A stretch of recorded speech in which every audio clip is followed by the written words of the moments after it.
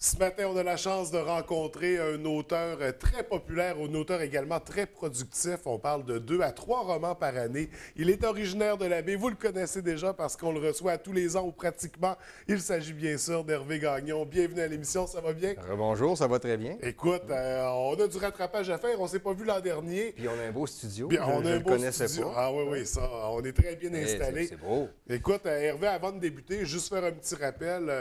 Tu as un baccalauréat, une maîtrise en histoire, un bac également en muséologie, je crois. Ah, ouais, attends un peu. J'ai maîtrise en histoire, doctorat en histoire, puis maîtrise Doctorat en histoire, puis, regarde, j'ai tout mélangé. puis maîtrise en muséologie en cours de route parce qu'il fallait bien que je gagne ma vie. Oui, oui. Donc, et c'est un peu dans cet esprit-là que tu as abordé la littérature. Il y a de ça, là, on remonte à il y a 15, pratiquement 20 ans, là, quand on parle de la première aventure littéraire. On ne fera pas toute l'histoire parce qu'on se voit quand même régulièrement. On va y aller vraiment où est-ce qu'on est rendu parce que notre dernier rendez-vous, on présentait le roman que j'ai entre les mains présentement, qui s'intitule Jack, qui est un premier roman policier. Ouais. On se lançait dans cette aventure-là. Qu'est-ce qui se passait dans cette histoire-là? Ben, premièrement, quand on dit policier, regarde, moi avant, je faisais des thrillers historiques. Maintenant, on me dit que je fais des polars historiques. Je vois pas tellement la différence entre les deux, sauf que le mort est au début. OK. Mais honnêtement, à part ça, moi, il me semble que j'écris la même chose. Ouais. Mais on me dit que maintenant, je fais des polars, ça va très bien parce que, regarde, on en parle, puis on les achète, puis les gens les aiment. Alors, je suis content. J'avais simplement ramené Jack l'Éventreur à Montréal en 1891 parce que, comme on ne sait pas ce qui est advenu de lui lorsqu'on a perdu sa trace à Londres en novembre 1888, je me dis pourquoi il n'aurait pas traversé l'Atlantique. Oui. Tout bêtement. On part d'une prémisse, une question bête comme ça, puis OK, j'ai une histoire, là, tu sais. Et là, une histoire qui se déroule à Montréal, là, Ouais. parce qu'on parle de traverser l'Atlantique, mais venir ici au Québec, ou du moins, c'est ce qu'on découvrira dans le livre pour ceux et celles qui ne l'ont pas lu. Jack, c'est ça, on parle d'un roman policier. En fait, c'est une enquête avec un journaliste qui s'appelle Joseph Laflamme. Qu'est-ce qui t'a amené à créer cette histoire-là? Je me suis toujours intéressé à Jack. Ça fait quoi, j'ai dû avoir une 30, 40, 50 bouquins sur Jack l'Éventreur à la maison, là. Puis j'en ai élagué parce qu'il y en a que c'est de la cochonnerie, j'ai gardé les bons. Tu sais. OK. Et non, mais à un moment donné, il faut que tu recycles. Tu sais. Moi, Ouais. la bine à recyclage, ça sert à mettre des livres dedans des fois. Là.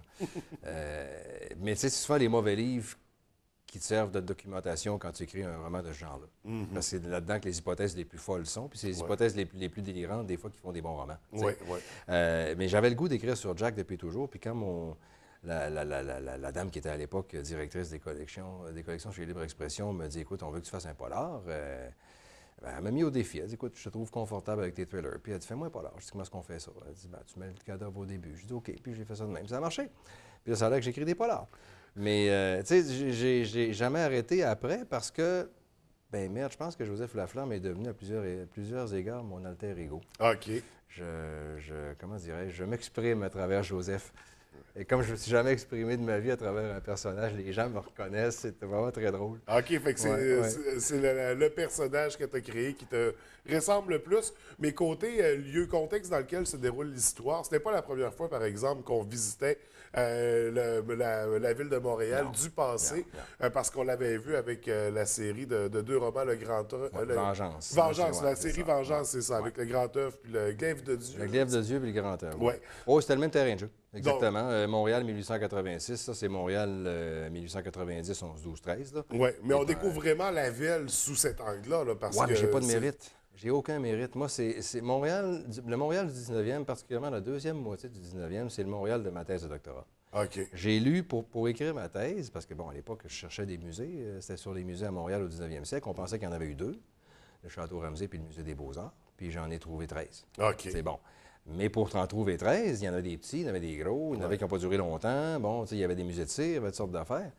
Mais pour trouver ça, moi, il a fallu que je lise tous les journaux de Montréal de 1801 à 1900. Et monsieur. Qui est page par page, là, c'est sur des bobines, là. Ouais. Avec la liseuse. J'ai passé 2 ans de ma vie enfermé dans la médiathèque de l'Université de Montréal à lire les journaux, puis à photocopier, à zoomer sur un article, puis à faire print, puis à sortir l'article, puis à mettre la date dessus avec le journal, puis dire OK, ça c'est la Minerve, 8 janvier 1883, page 3, tu sais.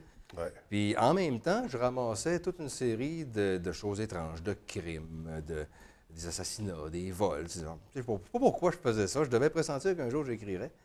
Et puis j'ai tout gardé ça. Ce qui fait que j'ai toutes sortes de prétexte maintenant pour écrire des polars. Tu sais, bon, un tel avait tué sa femme puis il l'avait décapité. Ah, OK, 1833, OK, il y a de quoi faire avec ça. Je sais pas, moi, dans Maria, on parlait beaucoup d'un livre qui avait fait scandale, qui était, en anglais, c'était The Awful Disclosures of Maria Monk, où une prétendue auteure, qui n'était même pas l'auteur, c'était une prostituée montréalaise, puis on avait pris son nom pour écrire un livre. Et elle prétendait qu'elle avait été novice chez les Hospitalières de Saint-Joseph.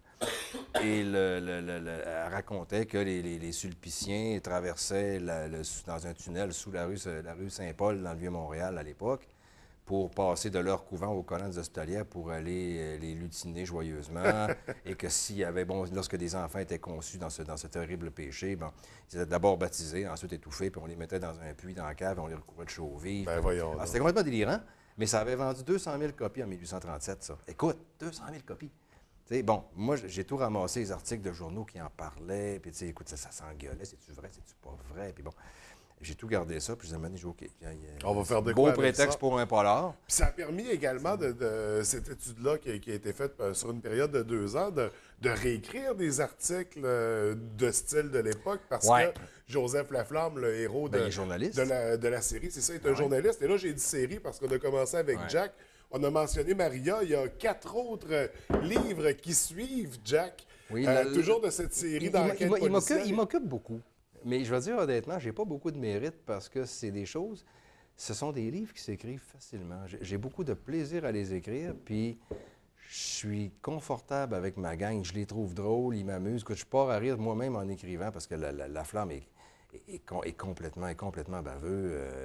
Il dit n'importe quoi à n'importe qui, puis des fois, il me fait rire. Puis ils ont le sens de la répartie. Ils sont 3 ou 4, puis on dit c'est les uns sur les autres. Ça fait... Il y a un potentiel d'humour là-dedans. Puis je pense qu'ils font rire un petit peu. Oui. Mais il rit jaune, il est comme moi. Il y a l'humour très cynique. Là, il se paye les curés, il se paye la police.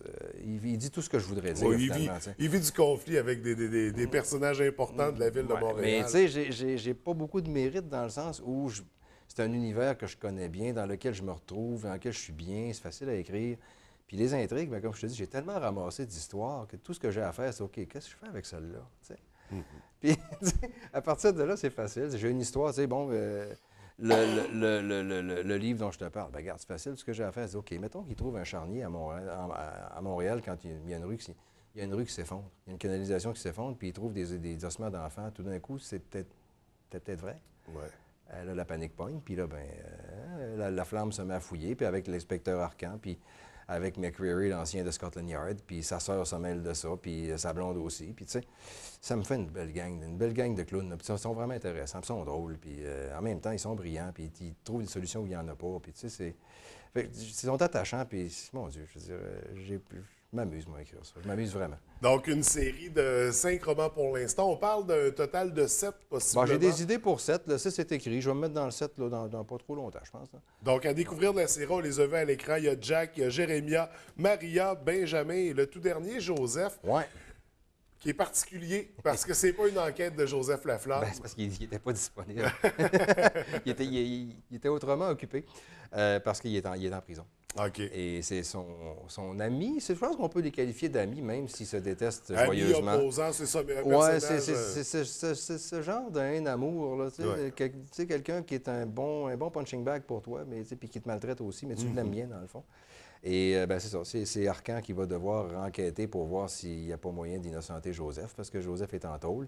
Il est privé de gin, il est privé de whisky, il est privé de sa petite Mary, il est privé de son honneur, déjà qu'il n'y en a pas beaucoup, il est privé de sa liberté, à laquelle il tient énormément, puis en plus, il y a un curé qui vient de l'écœurer régulièrement à l'autre bord des barreaux. Bon. Sa vie n'est pas agréable, tu sais. Ouais. Fait que, ça s'appelle Joseph parce que, dans le fond, c'est Joseph qui est l'objet de l'enquête. Exactement. Ouais. Donc, parce que la clé, c'est toujours que le prénom qui est sur la page couverture est l'objet de l'enquête. Donc, on jongle toujours aussi avec l'aspect, on va chercher des vrais éléments, comme on mentionnait, Jack, puis on rajoute de la fiction. On réexplore l'histoire en posant des questions du type « Et si c'était arrivé comme ça? » Si le document avait été signé, il serait passé quoi? Oui. Donc, c'est vraiment... Si ce qui était raconté dans le livre était vrai, il serait passé quoi? Si l'assassin de Lincoln, qui a quitté Montréal pour aller tuer Lincoln en avril 1865, avait laissé quelque chose, ça aurait été quoi? Alors, c'est ce qu'on découvre. Ouais. C'est des questions qui sont posées dans cette série de romans-là, cette série d'aventures policières. Puis des réponses qui sont toujours très surprenantes et très satisfaisantes également. Puis on retrouve ça dans l'ensemble de ta littérature, je pense, ce petit côté-là, jouer avec l'histoire, aller, parce qu'on se souvient de la série D'Année qui finalement... D'Année. Ah oui, D'Année. Et d'ailleurs, j'amène le point sur la série D'Année parce que je lisais dernièrement sur Facebook, d'ailleurs, en tout cas, c'est peut-être juste des oui-dire, mais la possibilité d'un 5e tome pour la série D'Année. Non, c'est pas des oui-dire. J'ai un synopsis d'écrit, je suis prêt à partir.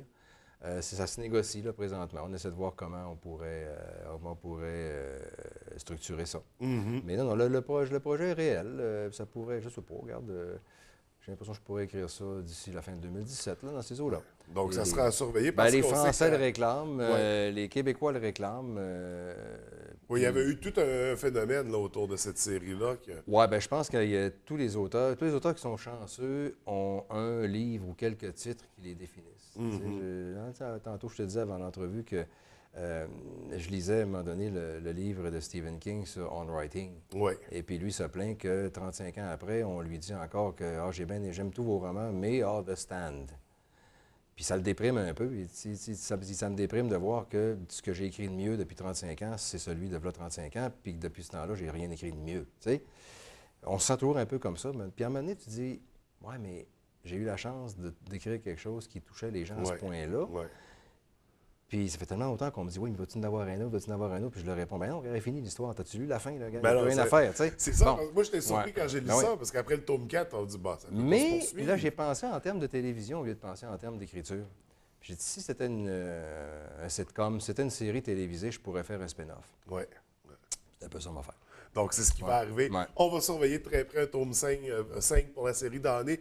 Est-ce qu'on a cette vision-là de rajouter des tomes à des séries déjà existantes encore? Non. Pour D'Année, oui. Que ça serait probablement 2 tomes. Mais pour le reste, non, je veux m'aventurer un petit peu dans le polar contemporain aussi. OK. Juste pour voir si je suis capable de faire autre chose que de l'histoire, parce que c'est ma carte de visite.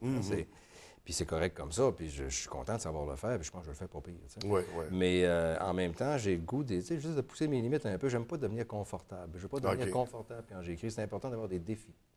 Puis je pense que d'une série à l'autre, on aborde un peu ça. On change de style, on explore, on trouve des angles différemment pour traiter. Ouais. C'est ce qui a amené certainement vers le roman policier. Ben oui, moi, je pensais pas faire des polars. Je pensais continuer à faire des thrillers. J'étais très heureux comme ça. Puis c'est cette personne-là qui était à l'époque chez Libre Expression, qui est maintenant mon agente, qui m'a poussé là, puis je la remercie parce qu'elle m'a ouvert un chemin que je ne savais pas qu'il existait. Parce qu'une autre très belle série à découvrir, là, puis très importante, la série des enquêtes de Joseph Laflamme.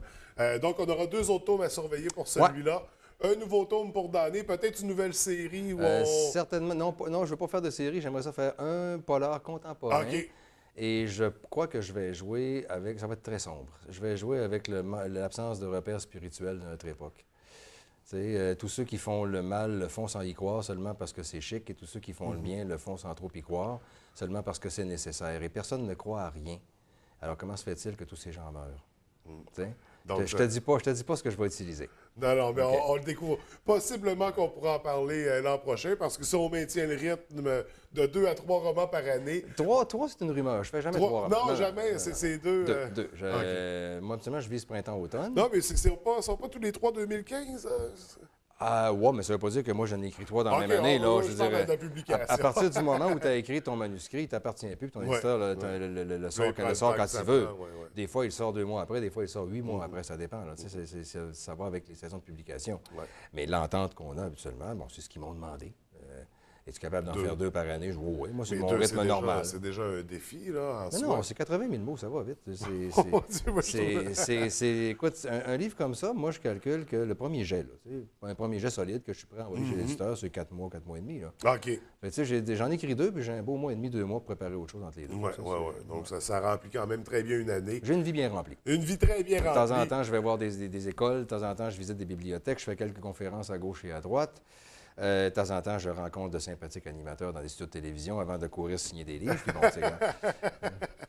Et j'espère que ça arrivera à nouveau. Ben, ouais. Donc, nous, on va se laisser là-dessus. On invite les gens à découvrir la série policière de Joseph Laflamme et on attend impatiemment la suite de tes romans, de ta littérature. Donc, on se reverra certainement l'an prochain. Ça fait plaisir. Merci beaucoup. Merci pour le passage.